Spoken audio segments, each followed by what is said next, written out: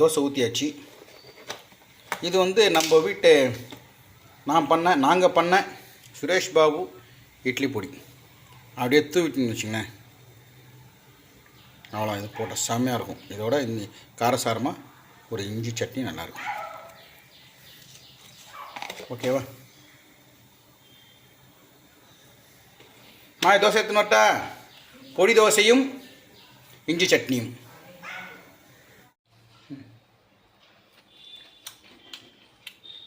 Super. எப்படி?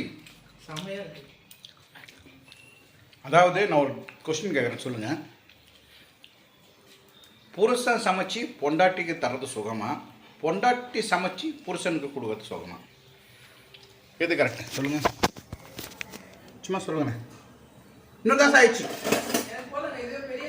2 சாப்பிட்டு காலையில் தான் எப்பவுமே ராஜாவை போல இருக்கணும். மதியானம் வந்து மந்திரி போல் சாப்பிட்ணும், நைட்டு பிச்சைக்காரன் போல் சாப்பிட்ணும். நான் ஒரு புக்கில் படித்தேன். வேறு லெவலில் வந்து பாருங்கள் தோசை. அப்பனும்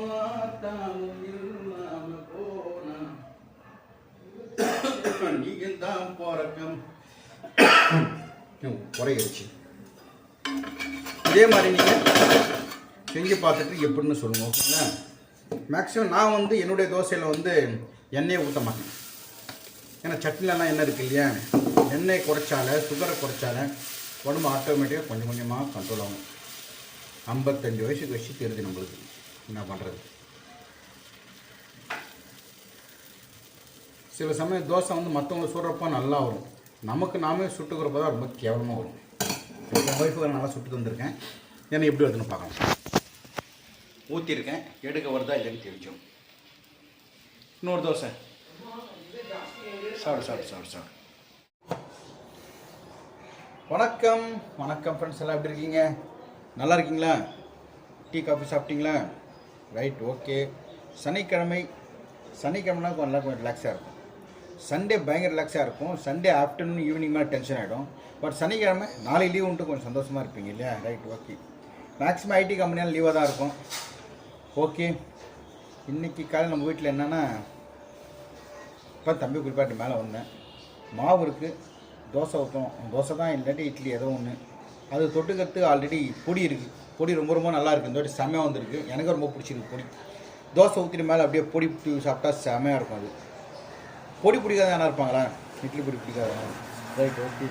அடுத்து நேற்று ஒரு பிரதர் யூஎஸ்லேருந்து பேசியிருந்தார். ஆனால் எனக்கு வந்து மிளகா பொடி, சாம்பார் தூள் எல்லாம் ஒன்று கேட்டிருந்தாங்க. ஏற்கனவே ஒரு பிரதருக்கு அனுப்பிச்சிருந்தோம், அது போய் ரீச் ஆகிடுச்சு. சேஃப்டியாக ரீச் ஆகிடுச்சு, நல்லா வந்து ரீச் ஆகிருக்கு அமெரிக்காவில். ரொம்ப ரொம்ப சந்தோஷம். எங்கள் ஒய்ஃபுக்கு என்னென்னா, எங்கள் ஒய்ஃப் பண்ண மசாலா வந்து இந்த குழம்புத்தூள், சாம்பார் தூள், ரசத்தூள், இட்லி மிளகாய் பொடி யூஎஸ்ஏக்கு போயிருக்கு. வேளச்சேரியில், சென்னை வேளச்சேரியில் பண்ணி யூஎஸ்ஏ பண்ணது அவ்வளோ சந்தோஷம் அவங்களுக்கு. நம்ம பண்ண ப்ராடக்ட் அவ்வளோத்தோட போகுமான்னு நினச்சோம், போயிருக்கு. ரொம்ப ஹாப்பியாக இருக்குது. அதேமாதிரி நேற்று ஒரு பிரதர் கேட்டார். ஆனால் யூஎஸ்ஏல இருக்க அம்மா வந்து வராங்க, அங்கே யூஎஸ்ஏ வராங்க, எங்கள் அம்மா கிட்ட கொடுத்துருங்க, அம்மா வரப்போ எடுத்து வந்துடுவாங்க. அதுவும் ஒரு நல்ல ஐடியா தான். இந்த மாதிரி நீங்கள் ஃபாரினில் இருக்கிறவங்க யாராவது ஒன்று கேட்டிங்கன்னா, இங்கேருந்து ஊர்லேருந்து அங்கே வருவாங்க இல்லை, அவங்ககிட்ட சொல்லுங்கள், திரும்ப நான் வீட்டில் டெலிவரி கொடுத்துருவேன், ஓகேங்களா? இல்லாட்டி கொரியர் கூட போகிறேன். லாங் தான் கொரியர், கிட்ட தான் நானே எதுவுமே டெலிவரி கொடுத்துருவேன். அது பெஸ்ட்டு. ஏன்னா கொரியர் சார்ஜஸ் நிறையா ஆகுது யூஎஸ்ஏக்கு. அது இங்கேருந்து போகிறவங்க யாருனா இருந்தால் கொடுத்து அமிச்சா நல்லாயிருக்கும். ஓகே, இன்றைக்கினா சமையல் பண்ணலாம் யோசனை பண்ணிட்டு சில்ட்ரன்ஸ் பார்க் போகலான்ட்டு இருக்கோம். நான், என் பையன், ஒய்ஃபு, மருமக, பேரெல்லாம். வெயில் வேறு சரியான வெயில், காட்டுன்னு வெயில் காட்டுது. சரி, எதனா ஒன்று பண்ணோம். காலையில் பால் இப்போ தான் வச்சேன், மாவு ஒரு பாய்க்கு வாங்கி வந்துட்டேன். என்ன பண்ணலாம் யோசனை பண்ணேன். பொடி இருக்குது,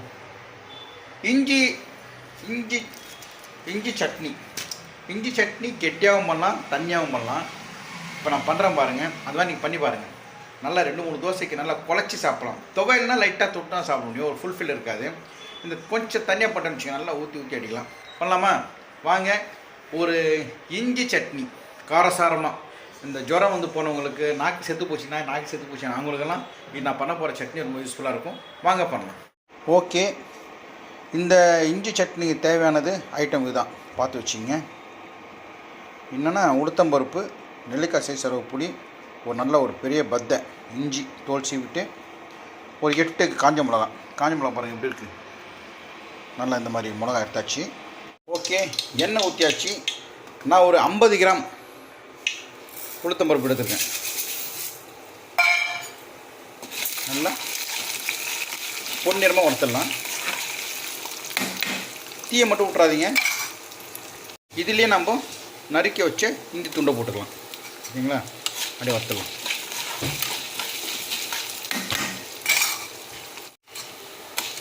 கொஞ்சம் மாறுது பாருங்க. மாறிச்சிங்கன்னா இப்போது காஞ்ச மிளகா காரத்துக்கு ஏற்ற மாதிரி நான் ஒரு 8 போட்டிருக்கேன். காஞ்ச மிளகாவும் போட்டாச்சு. இதுலேயே ஒரு நெல்லிக்காய் சைஸ் அளவு புளி நல்லா கழுவி போட்டாச்சு. அவ்வளோதாங்க. இப்போ நம்ம ஸ்டவ் ஆஃப் பண்ணிடலாம். ஐயோ உள்ளே போட்டேங்க, சூடாக இருக்குது. நம்ம ஸ்டவ் ஆஃப் பண்ணிட்டேன். கொஞ்சம் ஆறட்டும். நம்ம இது ஏற்ற மாதிரி கொஞ்சம் உப்பும் போட்டுக்கலாம். கொஞ்சம் ஆறினப்புறம் ஒரு மிக்ஸி ஜாரில் போட்டேன். கொஞ்சோண்டு உப்பு அப்புறம் நீங்கள் பார்த்துங்க. உப்போட என்னமோ ஊண்டிச்சே, உளுத்தம்பருப்பா என்னன்னு தெரில, இந்த மிளகாவோட விதையாக தெரில. ரைட், ஓகே, இப்போ அரைச்சிக்கலாம். அம்மாடி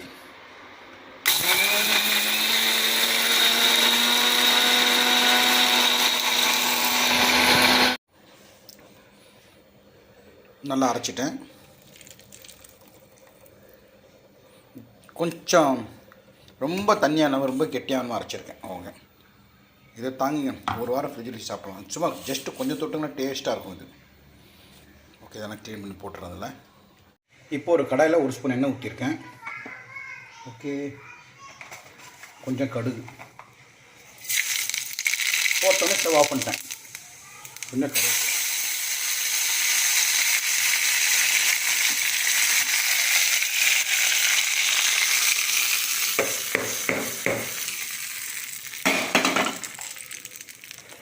ஓகேங்க. சூப்பராக ஒரு இஞ்சி சட்னி ரெடி. நல்லா இருக்குங்களா பார்க்குறதுக்கு? இப்போ என்ன பண்ணால் ஒரு ஸ்பூன் எடுத்துட்டேன். ஸ்பூன் இல்லாமல் ரொம்ப கஷ்டமாகிடுச்சு. இப்போ 10-15 ஸ்பூன் வாங்கி வந்துட்டேன்.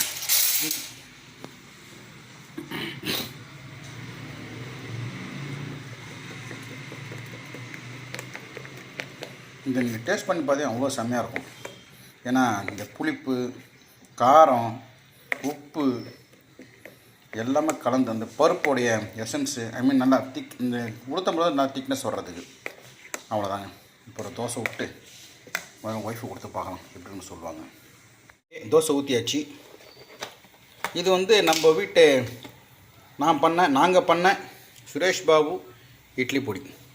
அப்படியே தூவிட்டுன்னு வச்சுங்களேன், அவ்வளோ. இது போட்ட செம்மையாக இருக்கும். இதோட இந்த காரசாரமாக ஒரு இஞ்சி சட்னி நல்லாயிருக்கும். ஓகேவா? தோசை எடுத்துன்னு வரட்டா? பொடி தோசையும் இஞ்சி சட்னியும். தோசை ஒரு பக்கம் வைப்பாங்க, அதே மாதிரிங்க பாருங்கள் எப்படி வந்துருக்கு பாருங்கள். தோசை நல்லா வந்துருங்க. அப்படியே மடக்கி தோசை. அவ்வளோதாங்க. எடுத்துன்னு வரட்டா? அம்மாடி, வாழ்க்கையே கொஞ்ச காலந்தான், இந்த வாழ்க்கையில் வாலிபம் கொஞ்சம் நேரம்தான். எனக்காங்க உனக்கே தான். சாப்பிட்டு பாரு எப்படி இருக்குன்ட்டு. பொடி தோசையும் இஞ்சி சட்னியும் முடுமுடுன்னு வருதா? சாப்பிட்டு எப்படின்னு சொல்லு. முதல்ல பொடியோட சாப்பிட்டு பாரு. நல்லா இல்லை? அதை ஃபஸ்ட்டே பொடி போட்டால் டேஸ்ட்டாக இருக்கும். இப்போ நீங்கள் சாப்பிட்டு பாருங்க ஃபஸ்ட்டு. நீ முதல்ல இஞ்சி சட்னி எப்படின்னு பாரு. நீ எப்படின்னு பாரு. How is it? காரசாரமாக இருக்கா? அவ்வளோதான். இருங்க ஒரு நிமிஷம் இருங்க.